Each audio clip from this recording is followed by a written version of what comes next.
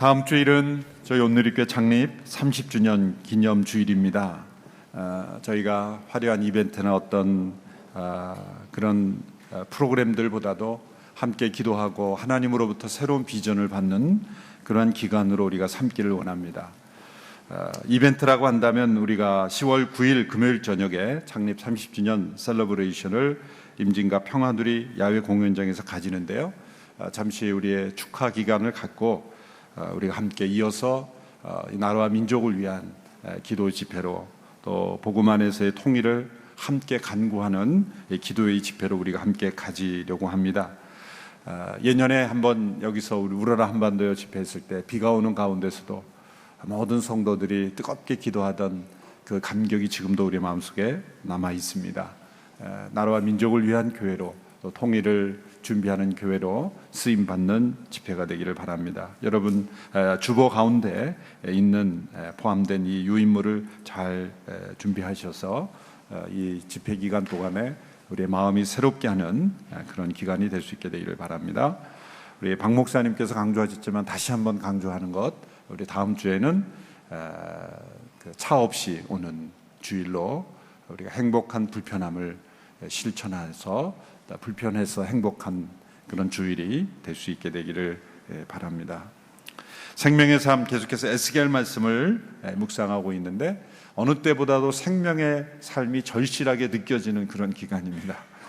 가이드가 있어야 되고 제가 지난 3주 동안 빌립보서 에스겔 설교를 하면서 이 해설을 아주 잘 쓰신 이 해설자가 정말 정확하게 연구하고 기도하면서 쓰신 흔적을 제가 볼 수 있어서 이번 에스겔 말씀을 이 생명의 삶을 함께 가지고 묵상할 수 있게 되기를 바라고요. 또 우리 빛과 소금 하나님과 함께하는 귀한 간증들 주변 분들 또 우리 추석을 맞이해서 주변 분들과 함께 나눌 수 있게 되기를 바랍니다. 기도하겠습니다. 하나님 아버지, 오늘도 복된 주일 귀한 선교사 파송의 축복을 우리에게 허락하심을 감사합니다. 하나님의 이 사명을 감당하는 데 전심을 다하는 교회로 온전히 쓰임받게 하여 주시옵소서. 기록된 말씀을 통하여 오늘도 사도행전적 교회의 그 비전을 우리가 가슴에 품기를 원하며 이 말씀을 통하여 우리의 심령이 새로워지고 교회가 새로워지는 놀라운 은혜를 허락하여 주시옵소서. 예수님의 이름으로 기도하옵나이다. 아멘. 사도행전을 영어로 표기할 때 액츠라고 표기합니다. 직역하면 행동들, 행위들 이렇게 되겠죠. 흔히 사도들의 행적이라고 해서 사도행전이라고 하지만 정확하게 말하자면 하나님의 행적들입니다. 교회는 사람들이 모여서 무엇인가 해보자고 모인 모임이 아닙니다. 기독교는 사람들이 행한 일의 결과로 인해서 생겨난 종교가 아닙니다. 하나님의 행동, 하나님의 행적으로 인하여 생겨난 공동체입니다. 교회의 기원은 하나님의 행동입니다. 이 데오빌로라고 하는 한 로마의 엘리트 귀족 한 사람에게 누가가 복음을 전하기 위해서 기록한 이 누가복음과 사도행전, 그 두 책을 그분이 읽고 그가 어떤 충격을 받았을지를 생각해 보십시오. 내가 신뢰할 수 있는 이 누가라는 한 의사, 이 누가라는 한 예수님을 따르던 이가 나에게 이 장문의 기록을 나에게 보내왔는데, 만일 이 기록이 사실이라면, 만일 내가 읽은 이 기록이 진실이라면 이것은 역사 가운데 전혀 존재하지 않았던, 역사 가운데 나타난 유일한 기록이요, 그리고 사람들이 만들어낸 기록이 아니라 살아계신 하나님 또한 행동하시는 하나님에 관한 기록이라는 것을 그가 느꼈을 것입니다. 우리는 이 기록들을 읽을 때 익숙한 성경 말씀이 아니라 오래 전부터 알았던 그런 귀에 익은 이야기가 아니라 마치 데오빌로와 같이 처음 이 말씀을 대하는 것 같은 그런 말씀으로 우리가 대할 때 이것이 얼마나 충격적인 기록인가를 우리는 느낄 수 있어야 합니다. 그래서 하나님의 말씀을 우리가 하나님의 말씀으로 듣기 위해서 가장 필요한 것은 언제나 처음 읽는 것 같은 그런 마음, 처음 듣는 것 같은 그런 태도로 날마다 읽는 것입니다. 그래서 어떤 분은 이렇게 성경에 밑줄 짓고 또 메모도 하고 이렇게 해서 익숙한 성경을 가끔 이렇게 바꾼다는 거죠. 몇 년에 한 번씩 새로운 성경으로 바꿔서 새로 읽는 것처럼, 때로는 번역도 또 새로운 번역으로 바꿔서 읽고, 이렇게 새로운 하나님의 말씀으로 이렇게 받아들이는 훈련이 필요합니다. 데오빌로는 틀림없이 충격을 받았을 겁니다. 전율을 느꼈을 겁니다. 그리고 이 기록에 나타난 모든 이 행적들은 사람들의 행적이 아니라 살아계시며 그리고 역사하시는 하나님의 행적이다 라고 그는 믿었을 것입니다. 기독교는 죽은 종교가 아닙니다. 우리는 알지 못하는 하나님을 예배하는 것이 아닙니다. 철학자들이 말하는 신은 대개 이런 용어를 말합니다. 궁극적 존재, 절대적 존재, 또 이 모든 배후에 있는 신비한 힘, 이런 단어들로 표현합니다. 그러나 우리가 믿는 이 하나님은 우리가 알지 못하는 어떤 신비한 힘이 아닙니다. 단지 우리가 설명할 수 없는 궁극적 존재만이 아닙니다. 약속을 통해서 역사 속에 약속을 이루시고 그리고 행동하시는 하나님, 살아계시며 우리에게 자신의 뜻을 나타내 주시는 하나님, 우리가 알고 그분을 섬길 수 있는 하나님, 그런 하나님을 우리가 함께 예배하는 것입니다. 복음서에는 성자 예수님을 통해 나타난 하나님의 행적들이 나오죠.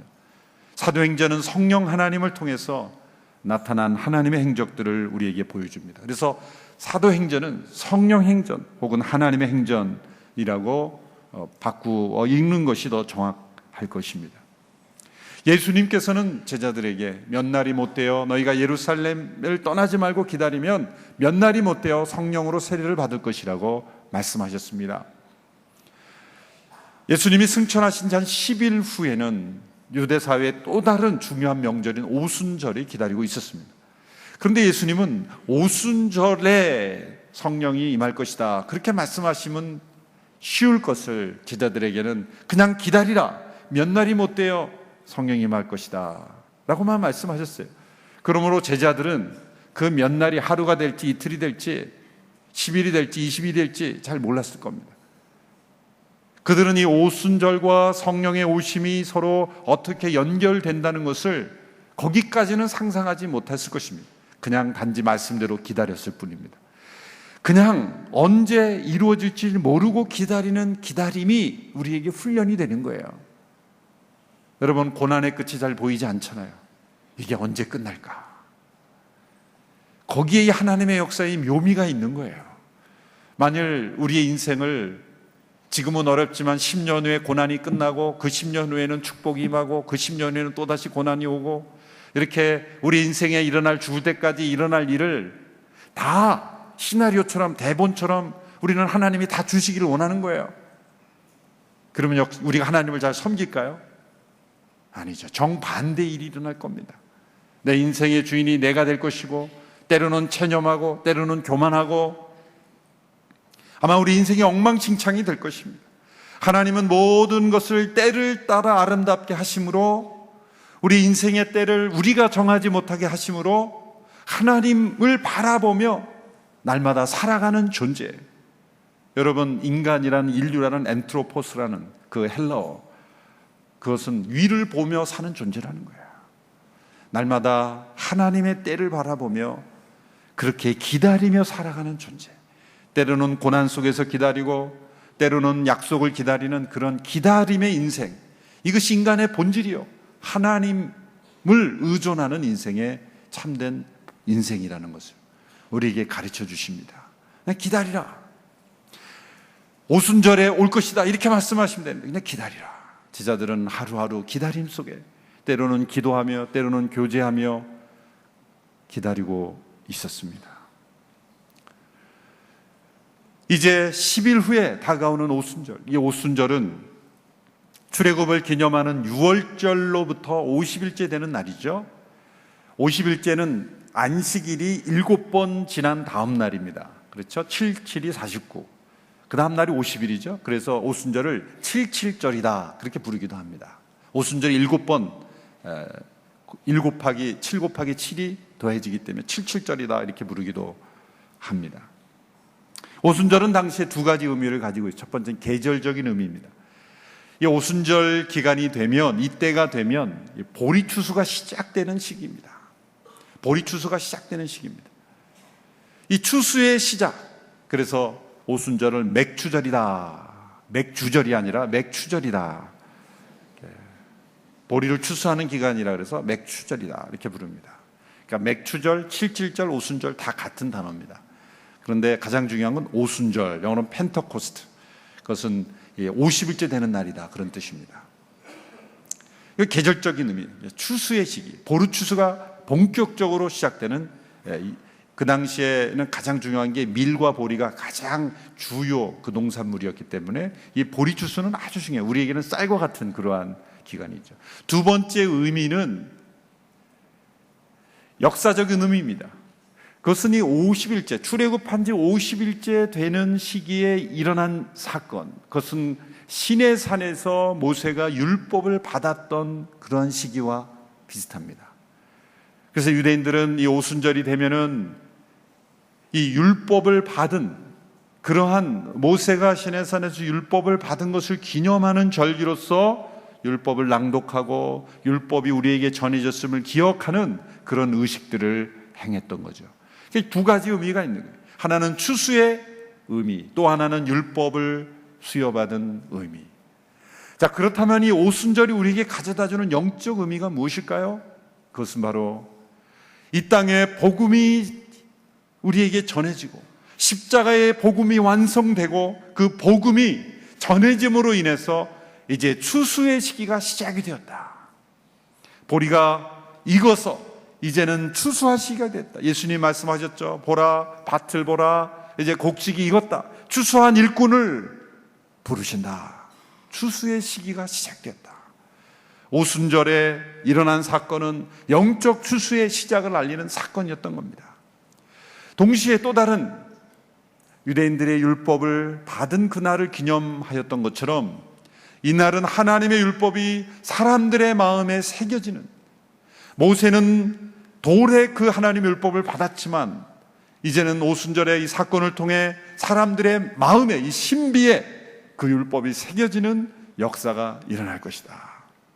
이 예언이 에스겔과 예레미야에 집중적으로 나옵니다. 그것을 새 언약이라고 말합니다. 예수님 말씀하신 새 언약은 이미 구약의 에스겔과 예레미야를 통해서 이어났죠. 그 새 언약의 핵심은 뭐냐면 율법을 너희가 알라 그렇게 하는 그런, 너희가 이것을 알아야 된다라는 율법이 아니라 너희가 알게 될 것이다. 알게 될 것이다. 어떻게? 새 마음과 새 영을 부어주셔서 나를 아는 지식을 너희 속에 심어줄 것이다. 하나님의 율법을 마음에 새겨주시는 거예요. 그것이 성령님이 오심으로 우리 가운데 행하시는 일이에요. 이제는 율법을 읽고 머릿속에 판단해서 내가 깨달았고 행해야지라는 결심의 과정이 아니라 그 성령이 우리 가운데 임하시면 마치 율법이 내 안에 내장된 것 같은 그런 효과가 일어나는 거예요. 새 마음이 이식되지 않으면 우리 인생은 변화되지 않는 거죠. 머리의 의식의 판단의 과정을 통해서 내가 행하는 것만으로는 인생이 변화되지 않을까. 성령이 오심으로 율법을 우리의 마음속에 넣어주시는 그러한 새 언약의 역사를 통해서 우리가 변화된 삶을 살 수 있게 하시는 거예요. 예전에는 그렇게 실천이 안 됐던 게 실천이 되어지는 거예요. 하고싶지 않았던 게 행해지는 겁니다. 그것이 율법이 마음에 새겨지는 역사. 이것이 바로 오순절의 두 가지 영적 의미가 있는 것입니다. 구약의 절기는 그냥 아무렇게나 만드는 것이 아닙니다. 6월절은 그 어린 양들이, 염소들이 그 사람의 죄를 대신하여 죽는 희생을 의미했지만 그것은 단지 종교를 만든 것이 아니라 장차 하나님의 어린 양으로서 죽임 당하신 예수 그리스도, 하나님의 어린 양이 되신 예수 그리스도를 미리 보여주는 사건들이었죠. 오순절은 6월절 이후에 죽음에서 부활하셔서 이제 40일 동안 제자들에게 나타나시고 성령님의 오심을 미리 예언하는 절기였다는 거예요. 그래서 오늘 본문 2장 1절에서는 성령님이 오신 사건이 유월절에 이루어졌다는 것을 강조하고 있습니다. 오늘 본문 1절의 말씀을 우리 같이 읽겠습니다. 시작. 마침내 오순절이 이르렀을 때 그들이 모두 함께 한 곳에 모여 있었습니다. 오순절이 이르렀을 때 성령이 오신 사건은 오순절이었다라는 것을 강조하는 거죠. 오순절이 의미하고 있는 하나님의 약속, 오순절이 의미하고 있던 하나님의 예언, 오순절의 영적 추수의 사건이 시작이 되고 오순절의 율법이 사람들의 마음에 새겨지는 사건이라는 그 상징, 그리고 예언, 약속이 이루어졌다는 거예요. 그러므로 오순절에 성령님의 오신 이 강력한 사건은 제자들이 소리 높여 간절히 성령을 달라고 기도했다는 것이 아니라, 그들이 기도를 안 했다는 게 아니라 그들의 간절함 때문에 오신 것도 아니고 그들이 기다렸기 때문에 오신 것도 아니고 오순절에 오시기로 예언됐고 약속된 성령님이 오시는 거예요. 그런데 그것을 기다리고 있지 않으면 그것을 체험할 수 없으니 예수님이 기다리고 있으라 라고 말씀하시는 거예요. 약속에 따라 오신다는 건 인간의 어떤 노력이나 인간의 어떤 능력이나 어떤 인간의 자질 때문에, 제자들의 상태 때문에 오는 것이 아닙니다. 제자들 가운데 일부는 왜 집에 안 가고 우리가 있어야 되냐, 그렇게 불평하는 사람들이 있었을 거예요. 그러나 기다렸던 모든 이에게 약속하신 성령님의 오심이 일어났다라는 거죠. 이때는 아마 새벽이었을 것이다 라고 말합니다. 이후에 베드로가 설교한 시간이 오전 9시라 이렇게 되어 있는 것을 봐서 그들은 이른 아침 새벽에 함께 모였을 때 호련히 성령님이 그들 가운데 충만하게 오시는 사건이 일어났다고 기록하고 있습니다. 오늘 본문 2절에서 4절의 말씀 우리 같이 함께 읽겠습니다. 시작. 그때 하늘로부터 갑자기 급하고 강한 바람 같은 소리가 있었고 그들이 앉아있던 온 집을 가득 채웠습니다. 그리고 마치 불같은 혀들이 갈라지는 것이 그들에게 나타나 그들 각 사람 위에 임했습니다. 그러자 모두 성령으로 충만함을 받고 성령께서 그들에게 말하게 하심을 따라 그들이 다른 방언으로 말하기 시작했습니다. 성령님께서 오심과 함께 세 가지 현상이 나타났습니다. 첫 번째는 급하고 강한 바람 같은 소리가 하늘로부터 임했다. 하늘로부터 급하고 바람 같은 소리, 그러니까 바람 같은 소리, 소리가 하늘로부터 급하고 강한 바람 같은 소리가 났다는 거예요. 이 바람이라는 것은 히브리어로 영과 같은 단어를 씁니다. 루아흐라는 단어. 이것은 때로는 바람으로 쓰기도 하고 때로는 영으로 쓰기도 해요. 이 바람 혹은 영이라고 쓰여지는 단어는 영적인 생명력을 상징하는 단어죠. 그런데 이 성령의 임재하심이 느낄 수 있고 들을 수 있는 그러한 소리로 임재하셨다는 거예요. 강한 태풍의 바람이 때로는 집을 날려버리고 그리고 나무의 뿌리까지 뽑아버리는 것 같은 그러한 이 힘이 있는 것처럼 성령님의 오심이 급하고 강한 바람 같은 소리로 임하신 거예요. 성령님께서는 종종 소리를 사용하십니다. 이 소리로 임하시는 성령님. 때로는 성령님 임재는 침묵 가운데 주어집니다. 그러나 침묵만이 성령 임재는 아니죠. 제가 이 성령의 강한 체험을 대학 2학년 때 체험했을 때 함께 기도하던 그 학생들 가운데 성령의 강한 체험이, 그때 온누리교회 처음 이 예배당이 만들어지고 이제 외부에 빌려줄 때 이 2층 방을 빌려서 수련회를 했을 때예요. 그때 이 2층에서 그런 성령의 놀라운 역사가 있었어요. 그때 그 성령이 체험했을 때 모두가 다 뜨겁게 기도하다가 일시에 기도가 중단되는, 그래서 말을 할 수 없는 그런 침묵 속에 들어갔어요. 그러나 동시에 그 침묵이 어느 정도 흐른 이후에는 절규와 탄식과 통곡이 일어나는, 이 침묵과 소리가 동시에 일어나는 것을 체험해요. 너무나 하나님의 임재 앞에 두려워서 감히 입을 열지도 못하는 그러한 상태도 있지만 동시에 절규 속에 하나님 앞에 기도하는 기도의 소리, 하나님을 향한 찬송의 소리도 동시에 있는 거예요. 이 침묵과 소리가 언제나 이 성령님의 역사 가운데는 있어요. 거룩한 침묵만을 하나 성령의 임재하심이라고 말해서는 안 돼요. 또 소리만 있는 것이 성령의 임재라고 말해서는 안 돼요. 여호수아가 그 여리고성을 정복할 때 하나님께서 여호수아를 통해 주신 그 명령이 있죠. 6일간은 너희들이 침묵하며 그냥 돌기만 해라. 6일간의 침묵. 그들이 이렇게 한다고 뭐가 달라질까라고 하는 그 불신의 소리를 잠재우는 거예요. 우리는 말을 하면서 더 불신의 소리, 의심의 소리를 많이 바라죠. 침묵하라. 그건 순종의 소리죠. 순종의 침묵이죠. 그런데 제7일에 너희가 함성을 지르라, 소리를 내라.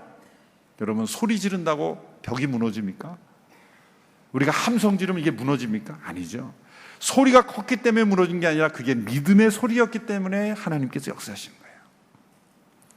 우리 안에 이 성령 임재하실 때 믿음의 강한 소리가 있어야 돼요.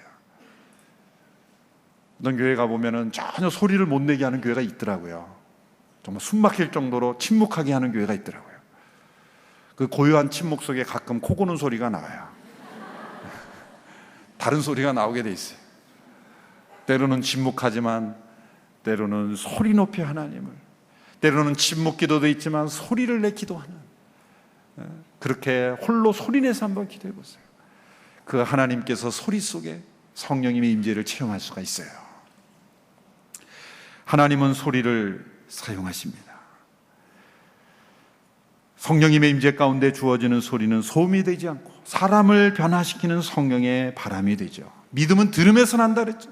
들리는 소리가 있어야 믿음이 오는 거죠. 말씀을 들을 때 성령 임재하시고, 성령 안에 기도할 때 성령 임재하시고, 찬송이 들려질 때 성령님이 역사하시는 거예요.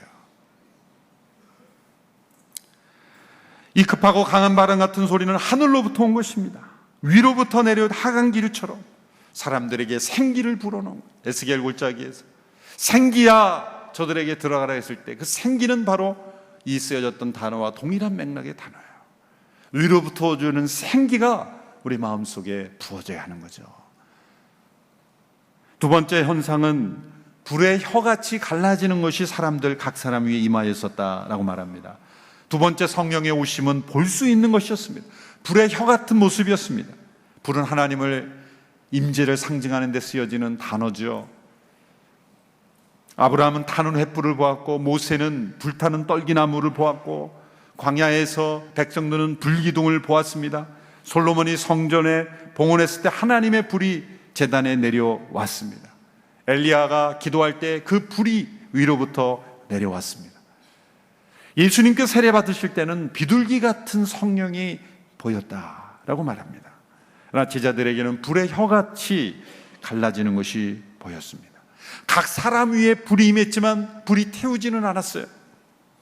일반적인 불은 물질을 태우지만 성령의 불은 사람을 태우는 것이 아니라 죄를 태우고 우리를 정결케 하기 때문입니다.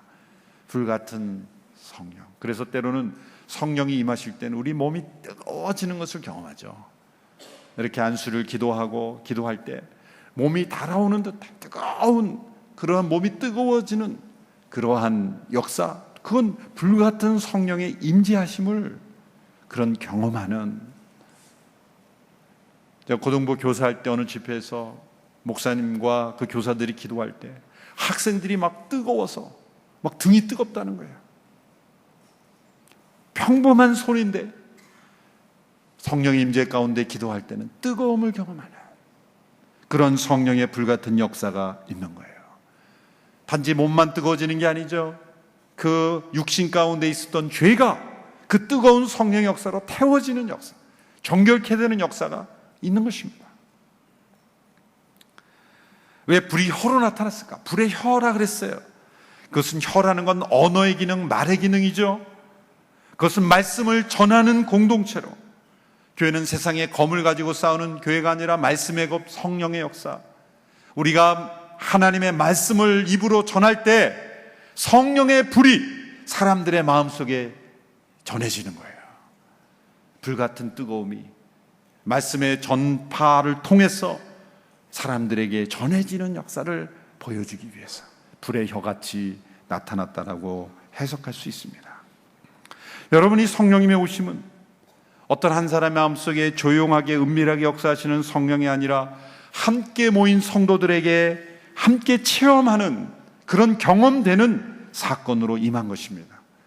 우리가 중생은 우리가 거듭났다고 할 때는 언제 어떻게 경험났는지 자신은 정확한 일시와 그 체험 자체를 규명할 수는 없어요.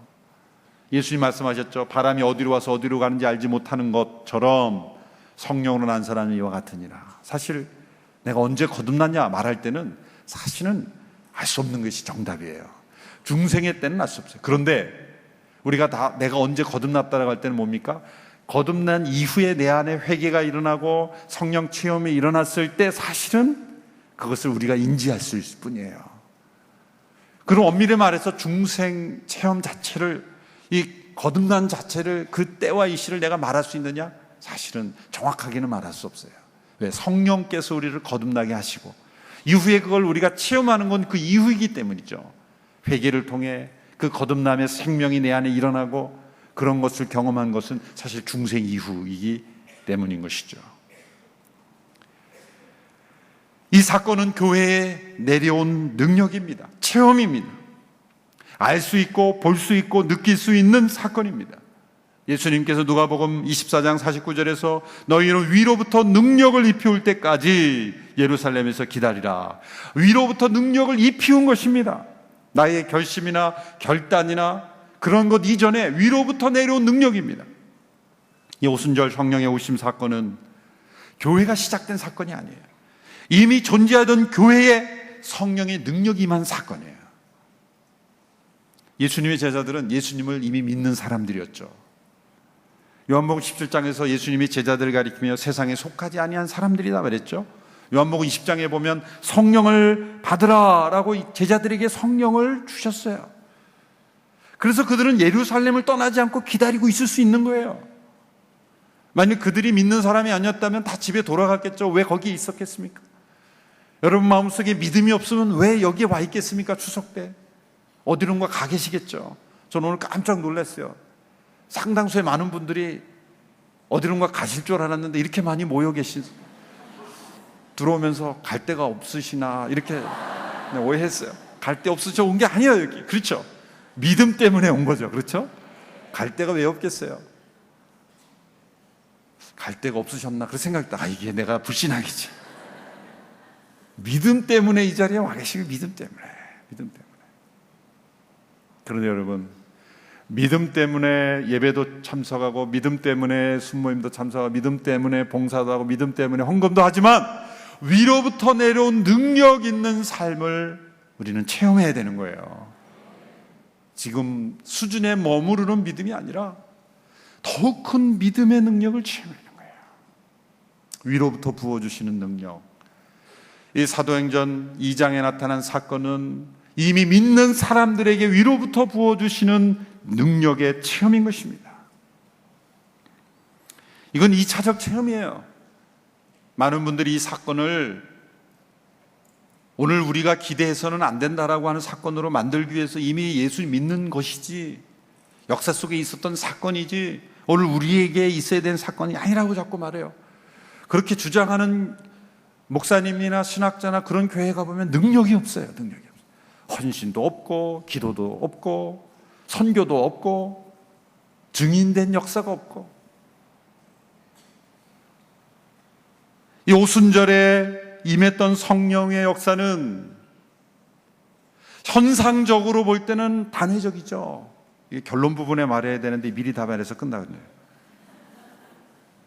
현상으로 볼 때는 단회적인 거예요. 이 현상이 통일이 된다는 건 아니에요. 그 사건은 현상으로 볼 때는 그 시기에 언제나 성령이 임하실 때 바람 소리처럼 불이 보이는 것으로만 나타나는 게 아니에요. 4장에 보면은요, 땅이 진동을 했어요. 땅이. 이건 또 뭐죠? 땅이 진동한, 어떤 사람에게는 땅이 진동하는 사건이 났어요.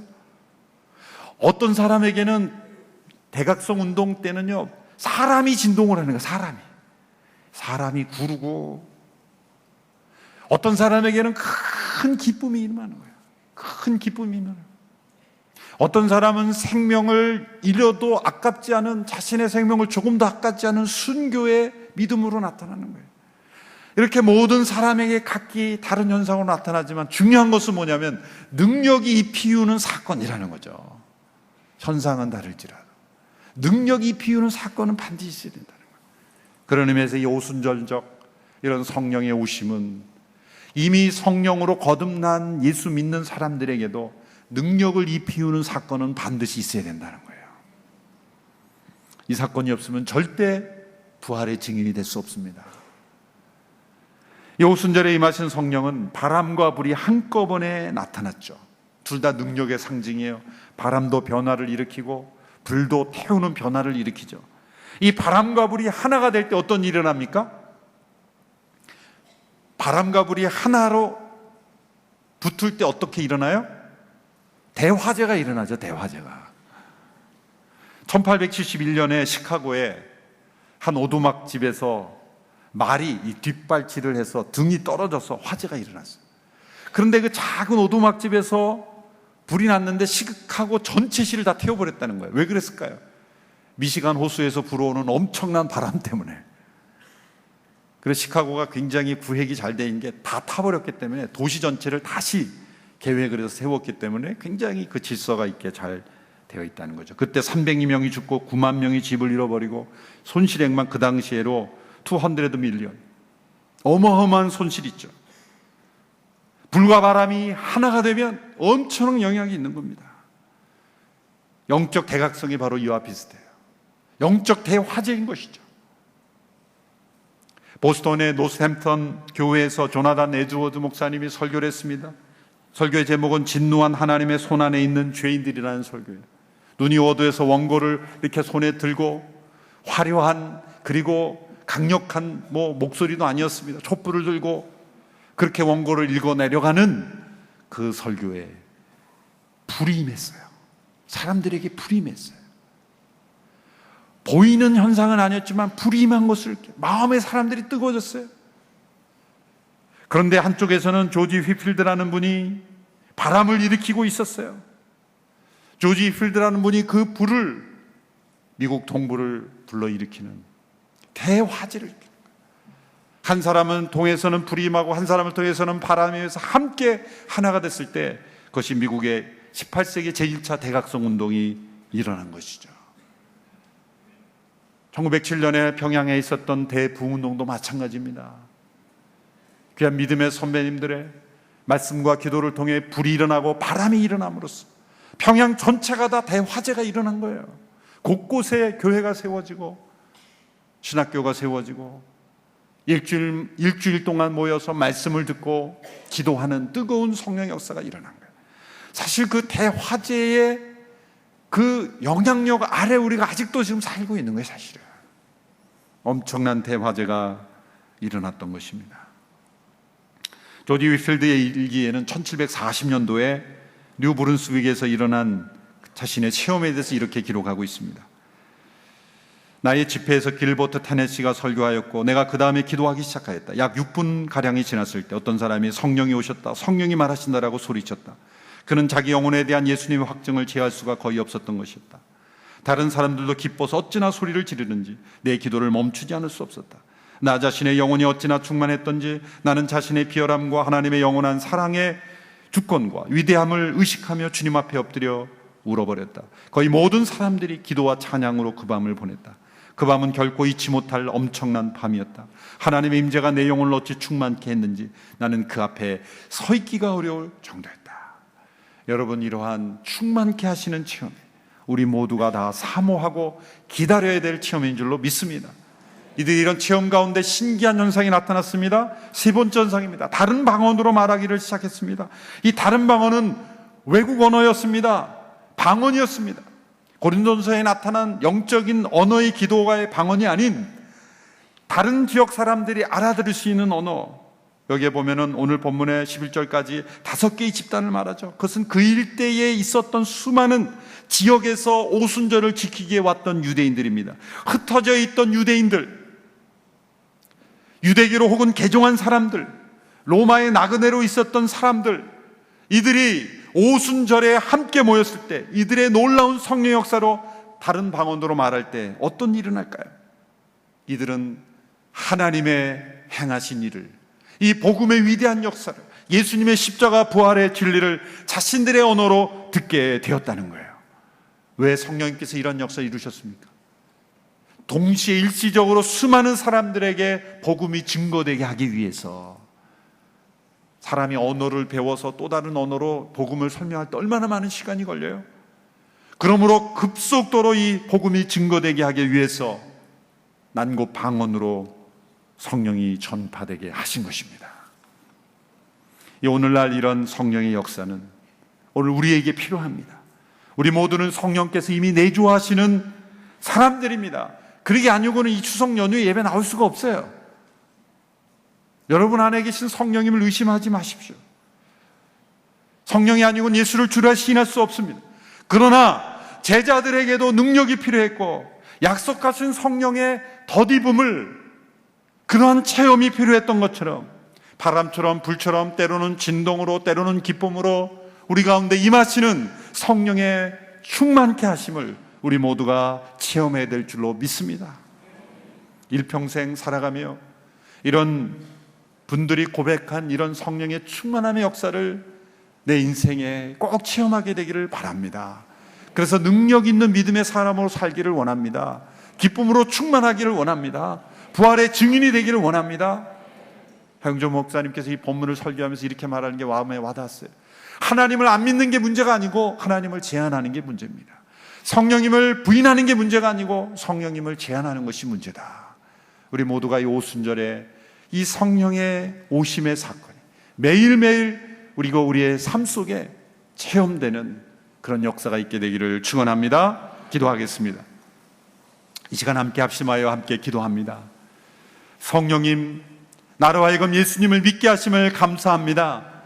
그러나 제자들이 위로부터 능력을 체험했던 것처럼 저희의 나약한 믿음이 되지 아니하고 그저 예배만 참석하는 믿음이 되지 아니하고 세상 속에 능력 있는 자로 부활의 증인이 되는 자로 살 수 있도록 나에게 충만하게 임재하여 주시옵소서. 바람처럼 불처럼 임재하신 성령의 역사가, 성령의 은사로 함께 나타나신 이 성령의 오심의 역사가 우리 모두에게도 있게 하여 주시고 오늘 이 교회가 다시 한번 사도행전적 교회로 변화되는 축복의 계기가 되게 하여 주시고 창립 30주년을 맞이하는 이번 집회에 성령님이 오신 충만하게 임재하시는 역사가 있게 하여 주시옵소서. 함께 합심하여 기도하겠습니다. 살아계신 하나님 아버지, 사도행전적 교회, 오늘의 교회가 그런 교회가 되기를 원합니다. 위로부터 능력을 입혀주신 교회가 되기를 원합니다. 능력을 덧입는 교회가 되기를 원합니다. 창립 30주년을 맞이하는 이번 집회가 바로 성령님께서 역사하시는 집회, 우리 가운데 충만하게 임재하시는 집회가 되기를 간절히 원합니다. 우리 가운데 오시옵소서. 충만하게 덧입혀 주옵소서. 연약한 성도들 강건하게 해주시고 은사를 부어 주시옵시고 성령의 강력한 역사가 우리 모두에게 임재하여 주셔서 우리 입술이 열리고 우리가 증인되는 삶을 살게 하여 주시고 성령의 충만한 역사가 우리 가운데 넘치게 하여 주시옵소서. 제자들 가운데 임하셨던 성령님, 사도행전에 교회를 능력 있게 변화시키셨던 그 성령님이 우리 가운데 계신 줄 믿습니다. 이제 우리가 기도하며 기다릴 때 성령님 우리 가운데 충만하게 임재하실 줄로 믿습니다. 이번 창립 30주년 기념 집회가 성령님의 오심의 역사가 우리 모두에게 덧입혀지는 능력이 임하는 시간이 되게 하여 주시옵시고 부활의 증인으로 헌신하며 결단하며 성령 충만함을 덧입는 집회가 되게 하여 주시옵소서. 예수님의 이름으로 기도하옵나이다. 아멘. 다 같이 자리에 일어나셔서 함께 봉헌 찬양 드리겠습니다.